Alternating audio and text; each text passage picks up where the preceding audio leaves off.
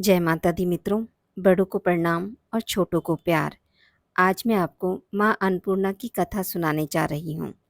मन को शांत और कथा को धैर्य से सुने। कथा को पूरा सुनने से उसका पूर्ण फल मिलता है। चलिए शुरू करते हैं। एक समय की बात है। काशी निवासी धनंजय की पत्नी का नाम सुलक्षणा था।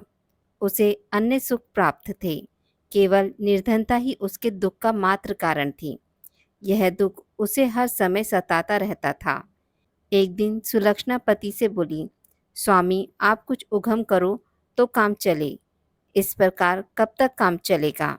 सुलक्षणा की बात धनंजय के मन में बैठ गई और वह उसी दिन विश्वनाथ शंकर जी को प्रसन्न करने के लिए बैठ गया और कहने लगा, हे देवादिदेव विश्वेश्वर, मुझे पूजा पाठ कुछ आता नहीं है, केवल आपके भरोसे बैठा हूँ।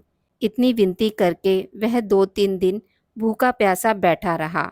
यह देखकर भगवान शंकर ने उसके कान में अन्नपूर्णा अन्नपूर्णा अन्नपूर्णा इस प्रकार 3 बार कहा। यह कौन क्या कह गया? यही सोच में धनंजय पड़ गया कि मंदिर से आते ब्राह्मणों को देखकर पूछने लगा, पंडित जी अन्नपूर्णा कौन है? ब्राह्मणों ने कहा, तू अन्न छोड़ बैठा है, सो तुझे अन्न की ही बात सूझती है। जा घर जाकर अन्न ग्रहण कर। धनंजय घर गया, स्त्री से सारी बात कही। वह बोली, नाथ चिंता मत करो, स्वयं शंकर जी ने यह मंत्र दिया है, वे स्वयं ही खुलासा करेंगे। आप फिर जाकर उनकी आराधना करो। धनंजय फिर जैसा तैसा पूजा में बैठ गया। रात्रि में शंकर जी ने आज्ञा दी और कहा, तू पूर्व दिशा में चला जा। वह अन्नपूर्णा का नाम जपता जाता और रास्ते में फल खाता, झरनों का पानी पीता जाता। इस प्रकार कितने ही दिनों तक चलता गया।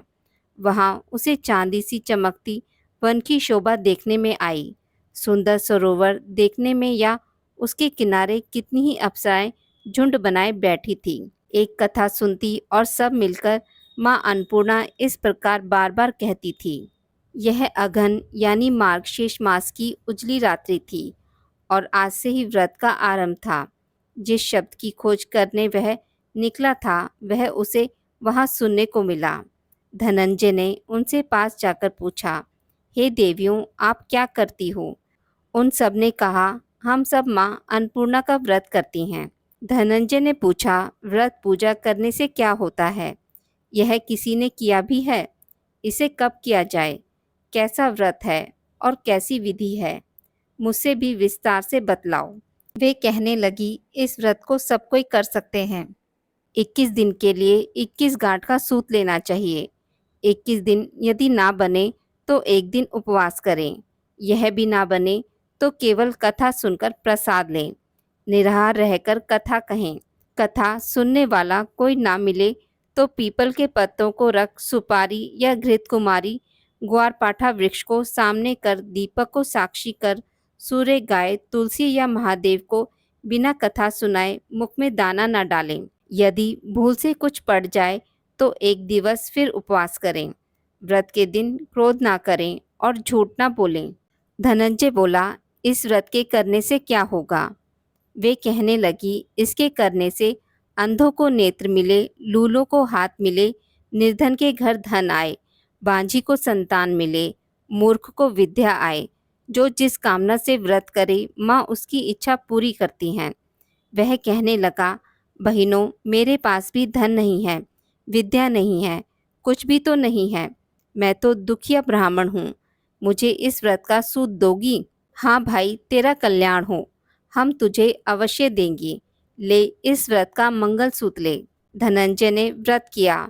व्रत पूरा हुआ। तभी सरोवर में से 21 खंड की सुवर्ण सीढ़ी हीरा मोती जड़ी हुई प्रकट हुई। धनंजय जय जय अन्नपूर्णा कहता जाता। इस प्रकार कितनी ही सीढ़ियां उतर गया तो क्या देखता है कि करोड़ों सूर्य से प्रकाशमान अन्नपूर्णा का मंदिर है। उसके सामने सुवर्ण सिंहासन पर माता अन्नपूर्णा विराजमान है। सामने भिक्षा हेतु शंकर भगवान खड़े हैं। देवांगनाएं चंवर डुलाती हैं। कितनी ही हथियार बांधे पहरा देती हैं। धनंजय दौड़कर जगदम्बा के चरणों में गिर गया। देवी उसके मन का कलेश जान गई। धनंजय कहने लगा, माता आप तो अंतर्यामिनी हो, आपको अपनी दशा क्या बताऊं। माता बोली, मेरा व्रत किया है, जा संसार तेरा सत्कार करेगा। माता ने धनंजय की जीवा पर बीज मंत्र लिख दिया। अब तो उसके रोम रोम में विद्या प्रकट हो गई। इतने में क्या दिखता है कि वह काशी विश्वनाथ के मंदिर में खड़ा है। माँ का वरदान ले धनंजय घर आया। सुलक्षणा से सब बात कही। माताजी की कृपा से उसके घर में संपत्ति उमड़ने लगी। छोटा सा घर बहुत बड़ा गिना जाने लगा। जैसे शहद के छत्ते में मक्खियाँ जमा होती हैं, उसी प्रकार अनेक सगे संबंधी आकर उसकी बड़ाई करने लगे। कहने लगे, इतना धन और इतना बड़ा घर, सुंदर संतान नहीं तो इस कमाई का कौन भोग करेगा। सुलक्षणा से संतान नहीं है, इसलिए तुम दूसरा विवाह करो। अनिच्छा होते हुए भी धनंजय को दूसरा विवाह करना पड़ा और सती सुलक्षणा को सौत का दुख उठाना पड़ा। इस प्रकार दिन बीतते गए। फिर अघन मास आया। नए बंधन से बंधे पति से सुलक्षणा ने कहलवाया कि हम व्रत के प्रभाव से सुखी हुए हैं, इस कारण यह व्रत छोड़ना नहीं चाहिए। यह माता जी का प्रताप है जो हम इतने संपन्न और सुखी हैं। सुलक्षणा की बात सुन धनंजय उसके यहाँ आया और व्रत में बैठ गया। नई बहू को इस व्रत की खबर नहीं थी। वह धनंजय के आने की राह देख रही थी। दिन बीतते गए और व्रत पूर्ण होने में 3 दिवस बाकी थे कि नई बहू को खबर पड़ी। उसके मन में ईर्ष्या की ज्वाला दहकने लगी थी। सुलक्षणा के घर आ पहुंची और उसने वहां भगदड़ मचा दी। वह धनंजय को अपने साथ ले गई। नए घर में धनंजय को थोड़ी देर के लिए निद्रा ने आ दबाया। इसी समय नई बहू ने उसका व्रत का सूत तोड़कर आग में फेंक दिया। अब तो माता जी का कोप जाग गया। घर में अकस्मात आग लग गई। सुलक्षणा जान गई और पति को फिर अपने घर ले आई। नई बहू रूठकर पिता के घर जा बैठी। पति को परमेश्वर मानने वाली सुलक्षणा बोली, नाथ घबराना नहीं, माता जी की कृपा अलौकिक है। पुत्र कुपुत्र हो जाता है पर माता कुमाता नहीं होती। अब आप श्रद्धा और भक्ति से आराधना शुरू करो, वे जरूर हमारा कल्याण करेंगी। धनंजय फिर माता के पीछे पड़ गया। फिर वही सरोवर सीढ़ी प्रकट हुई। उसमें माँ अन्नपूर्णा कहकर वह उतर गया। वहां जा माता जी के चरणों में रुदन करने लगा। माता प्रसन्न हो बोली, यह मेरी स्वर्ण की मूर्ति ले, उसकी पूजा करना, तू फिर सुखी हो जाएगा। जा, तुझे मेरा आशीर्वाद है। तेरी स्त्री सुलक्षणा ने श्रद्धा से मेरा व्रत किया है, उसे मैंने पुत्र दिया है।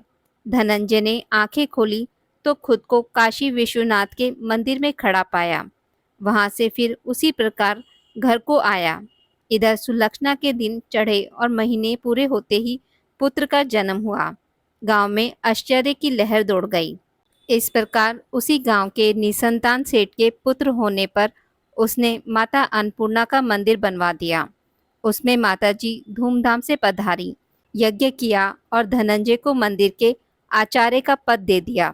जीविका के लिए मंदिर की दक्षिणा और रहने के लिए बड़ा सा सुंदर भवन दिया। धनंजय स्त्री पुत्र सहित वहां रहने लगा। माताजी की चढ़ावे में भरपूर आमदनी होने लगी। उधर नई बहू के पिता के घर डाका पड़ा, सब लूट गया। वे भीख मांगकर पेट भरने लगे। सुलक्षणा ने यह सुना तो उन्हें बुला भेजा, अलग घर में रख लिया और उनके अन्न वस्त्र का प्रबंध कर दिया। धनंजय, सुलक्षणा और उसका पुत्र माताजी की कृपा से आनंद से रहने लगे। माताजी ने जैसे इनके भंडार भरे वैसे सबके भंडार भरे। बोलिए माता अन्नपूर्णा की जय। आज की इस वीडियो में बस इतना ही। मित्रों, अगर आपको मेरी वीडियोस पसंद आती हैं तो इसे लाइक और शेयर ज़रूर करें और पूजा पाठ से जुड़ी जानकारी के लिए मेरे चैनल को सब्सक्राइब करना ना भूलें। धन्यवाद।